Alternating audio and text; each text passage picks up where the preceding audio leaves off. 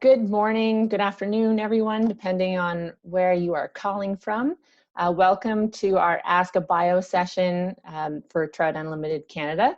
And of course, we have Jack Imhof, our retired Director of Conservation Ecology, joining us today.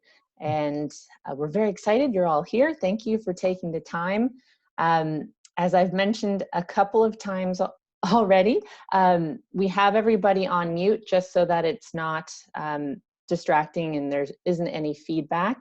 And if you do have any questions that you have for Jack along the way, you can feel free to include them in the Zoom group chat, and I'll be monitoring that section. And if we have time at the end, then we will get to those questions for sure.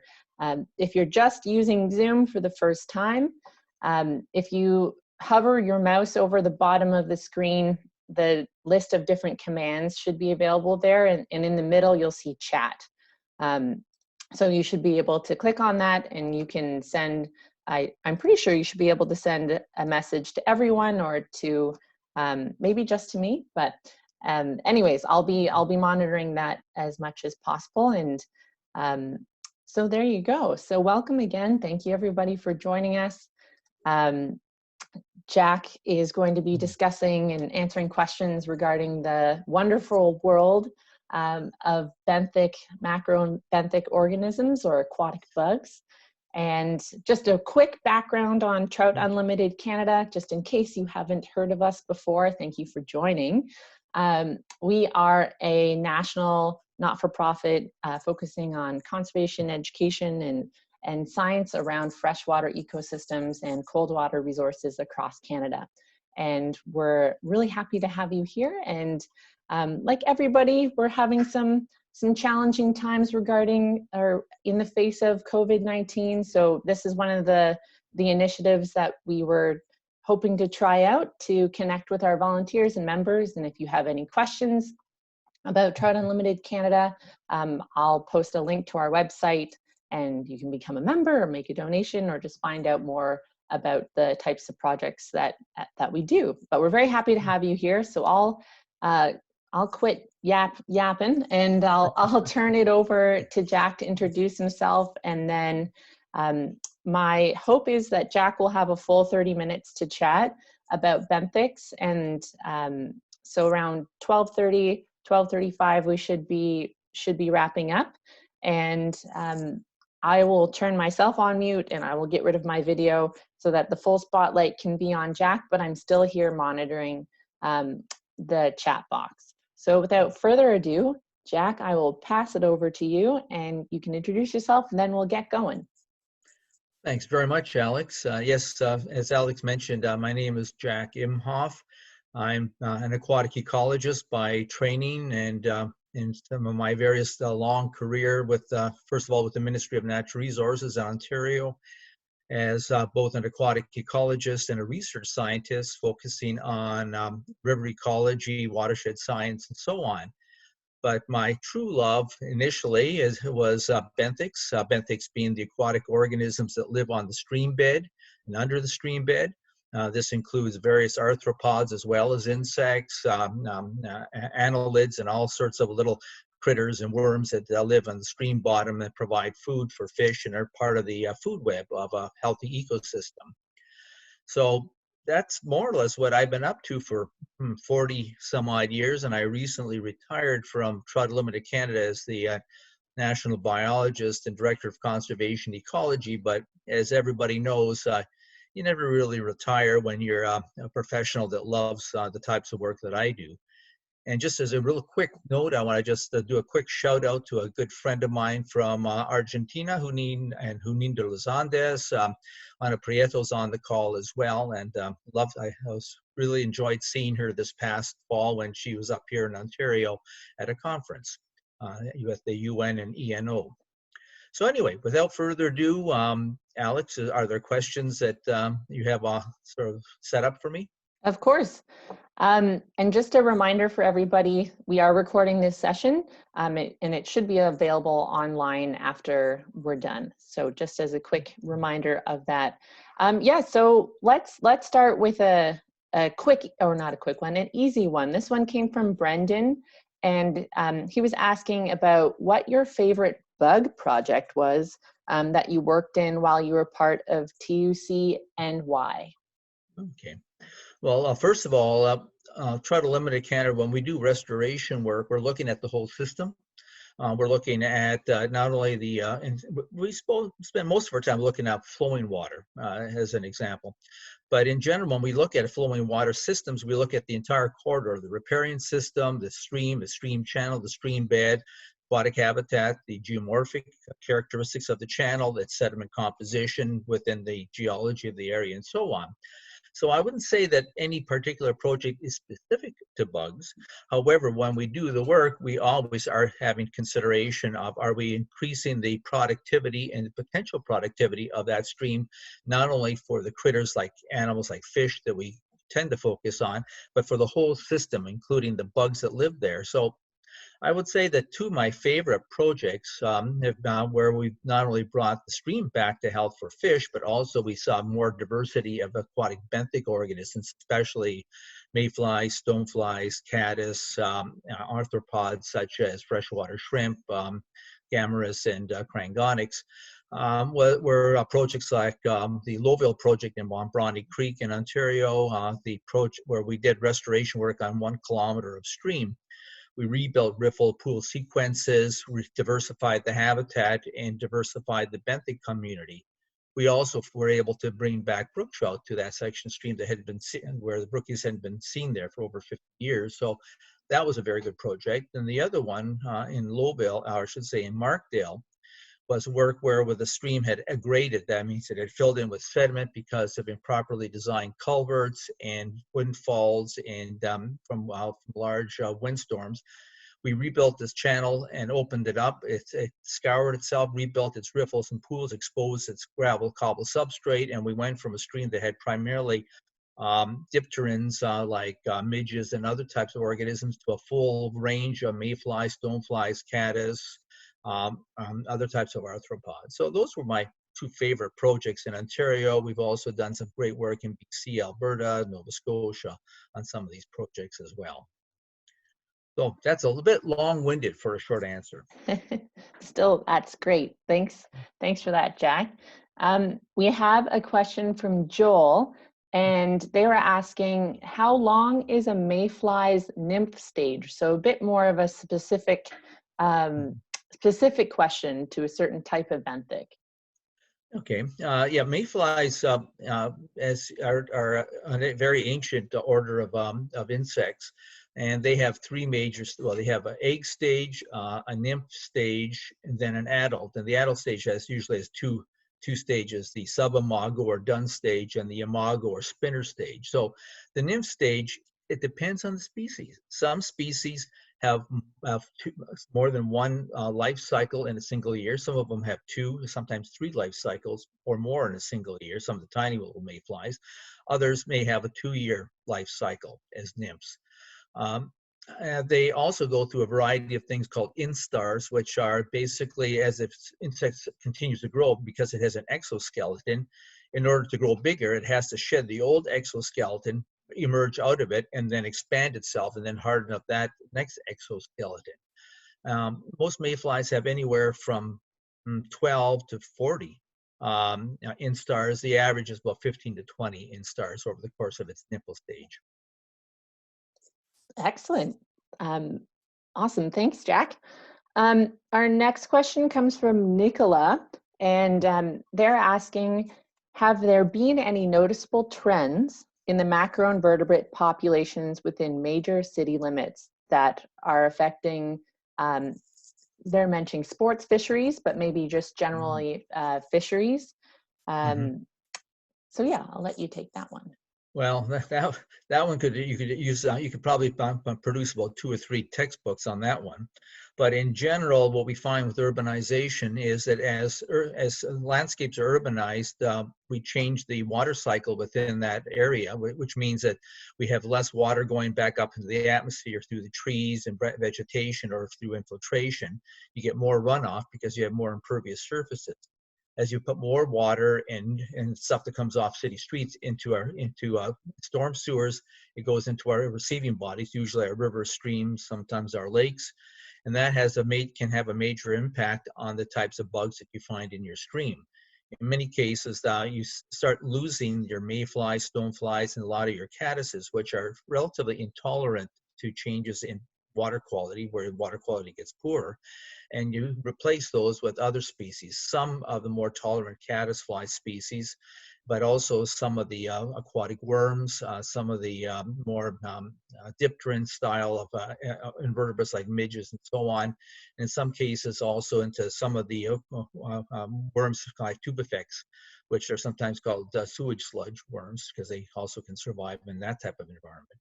So yes, urban systems will modify the food web, change the benthic invertebrates for a variety of reasons, not only water quality, but channel structure and the sediment that you find in the stream. It can be quite complex, usually bad. Great, thank you, Jack.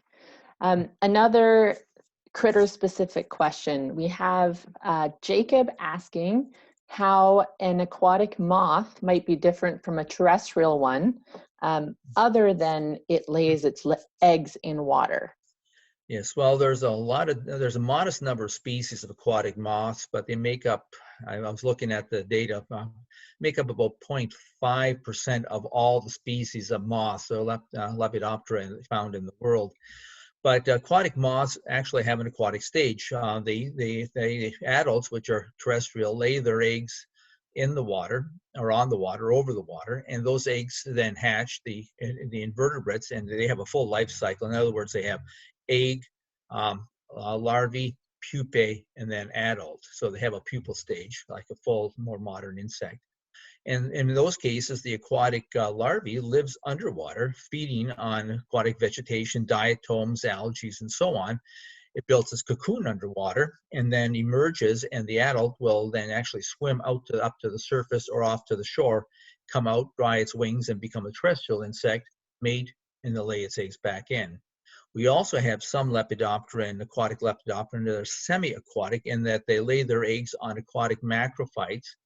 That's aquatic plants that extend their stems out of the water, and they can actually live sort of partly in the water and partly out in those stems. So they are different. They don't just lay their eggs in the water, but they actually have part of their life cycle under the water.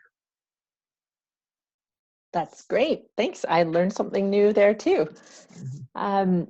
Wonderful. Our next question comes from Jeff, maybe the same Jeff, maybe a different Jeff. And they are asking, what date and time will the salmon fly hatch happen on my local stream this year? And this might be tricky because I don't think Jeff provided where they are in Canada, but I'll let you answer that one. Well, first of all, for those that don't know, the salmon fly is a name for a particular genus or species, I should say, of stonefly. It's called Pteronarcis californica, which means, first of all, that Jeff lives out in Western U.S. or Western Canada, because Pteronarcis californica is only found in the Western states and Western provinces. As to when it emerges, first of all, just before I forget, a lot of the stoneflies, larger stoneflies like the acroneuriids and such, are predators. However, the Pteronarcis is a herbivore. In other words, it feeds on vegetation, algae, diatoms, and so on. It has a 3-year life stage as a nymph or as a larvae before it emerges. Now, that's just the background. And just for people's sake, we're not left out here in Eastern North America. We also have Pteronarcis species. 2 of them come to mind: Pteronarcis bilboa, and I think is one of the common ones, and Pteronarcis dorsata is the other one that we find. Actually, Pteronarcis dorsata is found in Lowville Park in Ontario on Bronte Creek. Anyway, getting back to when it's going to emerge, on average, they emerge in late May, early June, only for a few days. And the emergence is dictated by photoperiod, length of the day, and water temperature. So it depends. In some years, it may emerge earlier, some years later, depending upon whether you have a cool, wet, colder spring or a warmer spring. But in general, when you start looking for them is the last week, week and a half of May, first week, week and a half of June. So that's about as close as I can get to a date when they would be emerging. That's great. Thank you, Jack. Our next question comes from Mary Baxter, and she was wondering if you could provide a quick refresher on how to look for critters in our local streams. Absolutely. As a matter of fact, that's one of the things you can do with young kids and with very simple equipment. Now, those of us that get into the field, we can get aquatic bug nets that we can utilize to find bugs. Usually benthics are sitting on the stream bed or into the stream banks underwater. In order to get at them, the easiest way is to use what they call a kick net, in which you put a fine mesh in the water in the current, and you use your either your hands or your foot to move the rubble or the material ahead of the net so that the current will allow and from that kicking to float into your net. If you use a kick net, you can then collect that net. I then transfer. I usually go to a local hardware store and get a large bucket, not bucket, a basin that I can fill in. I like white because most bugs are dark. So when you put those dark bugs into a bucket in white with some water in it, you can actually see them very easily. Now, the type of you can make your own. Now, for example, when I had little kids, I went and got a couple pieces of wood dowel from the hardware store, and I also got some mosquito mesh screen door netting from the hardware store. I cut it to size. I attached it to 2 pieces of doweling, so I basically made a simple net, and I could hold that in the water by the pieces of doweling to the stream bed, and then kick the rubble upstream of that net up and allow him. You'll lift the net out of the water, turn it upside down, I should say facing the other way, place it into the basin, and the bugs that are on that one side that are now into the basin, as soon as they feel water, they release themselves and sink to the bottom where you can see them. So that's how you can easily see what type of bugs are living in your stream. Rocks and lifting them up carefully and looking underneath and see if things that are squiggling, but the net makes it a little bit easier to collect a lot of bugs quickly time to take a look at them. That's awesome. Thanks for that refresher, Jack. And great question, Mary.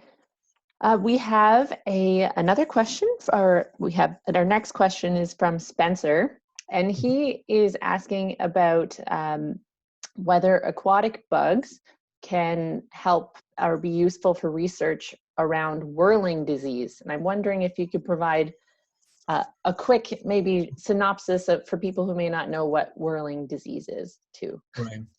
Yeah, whirling disease is actually, it's an exotic disease that was imported accidentally from Europe, where it's common in a lot of brown trout and other species of fish in Europe. When we brought a lot of brown trout from Europe to introduce into our streams here, we also brought the disease. It's a small type of worm. It has a life cycle that requires an intermediate host as well. And when the intermediate host in this case lives in stream beds as well, especially streams that have a lot of fine sediment, and that intermediate host is a tubifex worm. Tubifex specifically is a species. Anyway, when the whirling disease parasite is able to get close to a fish, it burrows into the fish, especially juveniles, and attacks the spinal cord. And it can actually deform the spinal cord so badly that the fish have a bent spine and they swim in circles, or whirl, if you will. It's quite nasty, and it's been introduced accidentally into a lot of Alberta streams and also Western US streams, and they've had a heck of a time sorting it out. Now, as to whether you can use aquatic bugs to do the research on whirling disease, as far as we know, the major intermediate host is tubifex. So quite often people are looking for tubifex worms when they're trying to figure out whether or not there may be whirling disease in the area. But other than other types of benthics, I honestly don't know. I don't think that we have looked at any other bugs because we've identified the major secondary host as the tubifex. That's great. Thanks, Jack. We had a question from Anna in our chat box, and she said that in sampling mosquitoes in an atypical pool with more macro invertebrate diversity, we found snails on the surface film of the water. She thought they were dead. These are the snails that are normally found among the stones. Do you know if snails are able to breathe oxygen from the air? Of being a bit of a general question. Yes, as a matter of fact, it all depends on the species, but a lot of the aquatic snails can breathe in surface tension on the surface of the water. Especially, they're probably holding on to the surface tension, sort of, I suspect, upside down. I have seen that myself as well, vernal or temporary pools in forested areas where we've all, and yes, quite often the snails, really smaller size snails, but they can get oxygen through their apparatus directly from the air through the water film. Awesome. It's really quite interesting. I mean, you find all sorts of interesting things in small vernal pools, not just mosquitoes. That's great. Thank you. We have a question from Dario, and he said he had some trouble with his connections, and he says that you are very talented in this topic. And which is the best way to introduce this topic to his little students? Can you give me any recommendation? And this question is coming from Uruguay, which is amazing. Well, this is absolutely wonderful. It depends on how well in Canada we have it's hard for teachers to get little kids out to a stream or a vernal pool because of concerns about their safety. However, you can bring bugs into the classroom. What I found is that if you, for example, if you have small streams in the area, especially, you can take a basin with water. The bugs in the stream using that homemade netting that I suggested before, collect the bugs, put them into the basin with water, and then transfer those either keep them in the basin, and I sometimes, depending upon the water temperature of the stream, if it's a cold water stream, I may add some ice cubes just to keep the water cool when I transport them to my class. Otherwise, what I quite often do is transfer the bugs into a large plastic bag with some ice. Usually, you don't want to wait too long. If you have oxygen, it'd be great to add to the bag, but if you don't, it's okay. But then transfer quickly to the classroom with those basins, and then you can pour the water with the bugs and some substrate into those basins, and the kids can have a time trying to identify the various types of orders of bugs, whether they're little mayflies, whether they're dipteran types of little stuff. It's not that difficult. I've done it myself with my children's classes when they were young here in Georgetown. That's great. Thank you, Jack. We have Good another question. By the way. That is a great question. Yeah. We have another question in the chat box. This comes from Katrina, and they're asking, have you done sampling of benthic invertebrates in lakes? If so, what are some of the differences between studying benthos in streams versus lakes? Well, first of all, I want to say hello to Katrina. It's been a while since we chatted. I was involved with helping out when she was doing her master's at Brock University. It's really lovely to hear from Katrina again. Anyway, it depends on what type of lake and what type of fetch you have. One of the things that a good colleague of mine, who's now retired, Dave Barton, did his PhD looking at the macrobenthic invertebrates along wave-swept lake shorelines of the Great Lakes in Canada. And in that case, what he found was if there was open shoreline with coarse substrate with good wave action, many of the bugs in aquatic bugs that he was finding were very similar to the bugs you'd find in flowing water. He found mayflies, caddisflies, some stoneflies. He found a variety of amphipods, such as freshwater shrimp. He also found, of course, dipterans, midges, and so on, and other species.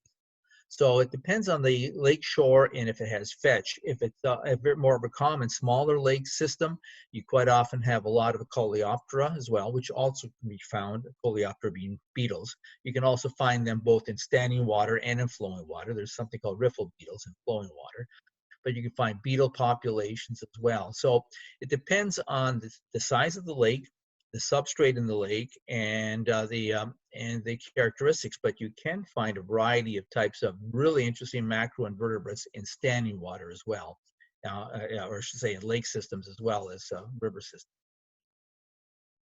I hope I answered the question fairly well. I think so. Katrina, feel free to follow up if you would like some more information. Our next question is, what is the hyporheic zone and why is it important?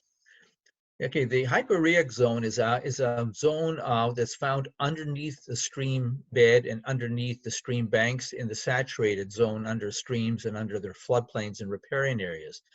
It was coined, back in the 60s, early 70s. Some of the early work was done by students of H.B.N. Hines at the University of Waterloo. Hyporheic zone is an area where there's a major interchange between groundwater and surface water. Because water can move in both directions. It can move out of the stream bed, out of the stream banks, into the stream, like groundwater, but it can also move into the stream as well, especially in riffle areas where water can be pushed from through the pool into the stream bed and move through laterally down the riffle underneath the substrate. So the hyporheic zone is a really complex system, and what we're finding is that healthy streams that have good sorted substrates and are not imbricated and compacted with fine sediment, which can happen from urbanization or agriculture, that we find benthic invertebrates can live up to 1 meter down under the stream bed. As a matter of fact, a guy by the name of Bernhard Stutzner in Germany did some work where he did research where he went down and excavated about a cubic meter of substrate in a stream bed and looked at the number of benthics found in the substrate, just the veneer of the substrate in the stream bed compared to further down. And he found that there was even higher biomass of aquatic invertebrates deeper into under the stream bed than on the surface. So it's a major refuge area for a lot of aquatic invertebrates.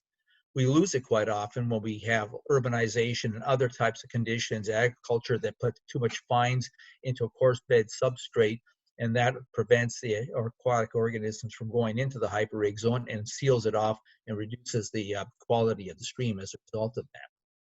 So the hyporheic zone is kind of interesting. For those that want to look at more information on this, there's something lovely that was put together by the environmental agency in the UK with information from around the world. It's called the Hyporheic Handbook.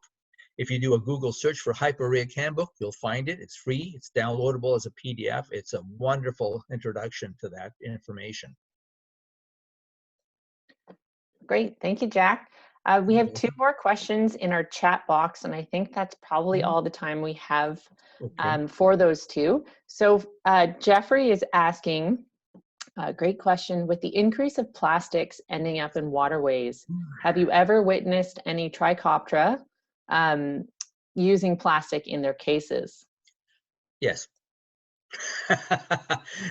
Now, I just for those that don't know, Triquetra is the order of called caddisflies. Some caddisflies are free living. They just crawl around in the stream bed. Some of them are predators. Some of them are herbivores. And some caddisflies build homes. Some of them build net type homes, like the hydrocychids, our net spinning caddis, hydrocychidae. But also some of them, like the limnophilids, are case builders. They sometimes build cases of twigs, some build cases of stone, some build cases of whatever they darn well can find, and they carry their home around with them as they're foraging. And so it's not uncommon to find these days limnophilid type caddisflies that are building their homes with bits and pieces of plastic. there are some people, some jewelers, some people that are entomologists as well as amateur jewelers that are using very tiny bits and pieces of semi-precious stone, taking limnophilids into a stream tank, taking them out of their case, and then but putting them in with all these tiny stones, and these limnophilids are building cases of beautiful construction of semi-precious stones. And when they emerge and hatch and fly away, the entomologists have been keeping the stones as jewelry. That's really neat. I actually just pulled that up online, and the caddisflies, they're so creative. So maybe I'll share that in the chat box for afterwards. Anna had one more question. She's asking how far are adult Ephemeroptera capable of flying? I live 2 blocks from the river, and I usually find adults in my house. How far can they move? Yeah, well, I live approximately half a kilometer from a tributary of the Credit River, and I sometimes find mayflies on my windows and in my house as well. It all depends. A good friend of mine from Australia does a lot of research, Stuart Bunt, out of, I think it's Griffith University, who was doing a lot of research looking at the movement patterns of adult mayflies. And what they found was they can move many kilometers, especially where the valley is forested and protected from strong winds. These mayflies can move many kilometers up the valley, in some cases kilometers across over small divides into other tributaries. If it's really open, for example, deforested, they can't move quite as far because of wind patterns and disruption. But some mayfly species can move great distances, not only up and down a system, but laterally into other tributaries that are nearby. Super, thanks, Jack. I have a question for you. Do you have a favorite benthic species? Well, yeah, I hate to say it, but yes, I do. As much as I love mayflies, I really like stoneflies. I don't know why. Because they're so diverse, and they're most of them are relatively intolerant to poor water quality, like mayflies, many mayflies. But I really like stoneflies, especially in Ontario. We have something called acroneuriids. Acroneuriia is a large predatory stonefly. It's a 2-year life cycle, and it's sort of toffee colored with brown and gold markings, and they're a beautiful animal. When they get tired and exhausted, sometimes they do push-ups, which is kind of fun. Reason they do push-ups is if I have them in a standing water tank, they do push-ups to push more water across their abdomen and into their gills so they can breathe better. But I like stoneflies. That's great. Super. Well, we're at 12:33 now, so we don't want to keep people past the allotted time here. But Jack, thank you so much for your time. You're very welcome. I'm sorry we couldn't do this in person, but we are making do. And thank you to everybody participating in the call from around the world, which is really exciting to have people from various geographies. A quick question that Anne squeaked in at the end here. She's asking if TUC is recommending staying home or fishing with social distancing. I can answer, Jack. Don't worry. I'm not going to answer that one because I don't work for TU anymore. Yeah, that's okay. And we sent out some correspondence to our chapter members, and we are not, going to force people to do things one way or the other. We are recommending that if people choose to go outside and to fish, ideally locally, that instead of, if they are able to look at their local guidelines, because their conservation authorities or the Ministry of Natural Resources might have specific restrictions. So do your research before you do go out.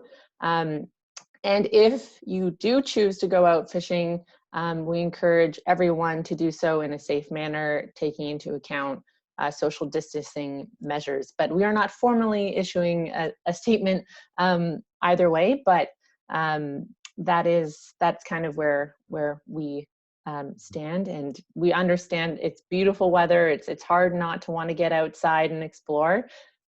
But if people are going to do it, make sure you're following your local restrictions and regulations, and do so in a thoughtful and considerate manner for the communities that you're traveling to. Great. And I think that is everything for now. I see some people commenting, and thank you for joining us. I'm going to do a quick plug for a fundraising effort that TUC is running right now through Canada Helps, and it's a really cool campaign. It's called Fin Art instead of Fine Art. Get it?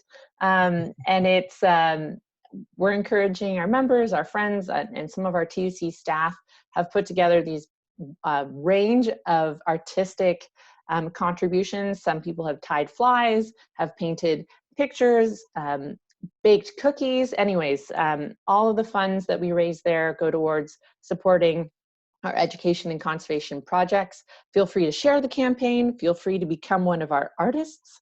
And it's running until the end of May. So Jack, thanks for letting me jump in there at the end and do that plug.